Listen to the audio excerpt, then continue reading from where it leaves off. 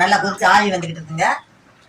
இந்த மாதிரி தான் கிண்டி விடணும். ஏன்னா முட்டை போட்ட உடனே கிண்டிவிட்டா அது கலகலன்னு ஓடிடும், முட்டை முழுசா வராது. அதனாலதான் கொஞ்சம் நேரம் கழிச்சு கிண்டி விட்டாதான் முட்டை முழுசா வரும். பாத்தீங்களா, முட்டை முழுசா இருக்கு பாத்தீங்களா, எப்படி இருக்கு பாத்தீங்களா? அது மாதிரிதான் இருக்கணும். முழுசா இருக்கு பாத்தீங்களா? சூப்பர்.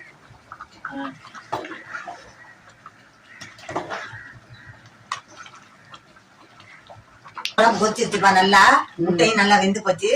இந்த மாதிரி குழம்ப இறக்க போறோம்.